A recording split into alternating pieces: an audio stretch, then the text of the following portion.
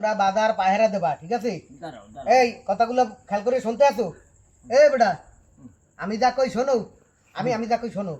বাজারটা সুন্দরভাবে পাহারা দেবা, তোমাকে খাওয়া দাওয়ার দায়িত্ব মুরব্বীর দায়িত্ব রইলো, ঠিক আছে? আর আর তোমরা একটু দুষ্টামি কম করবা। এই বর্তমান সিজন তোমাকে ভালো না, দুষ্টামি একটু কমাই করবা।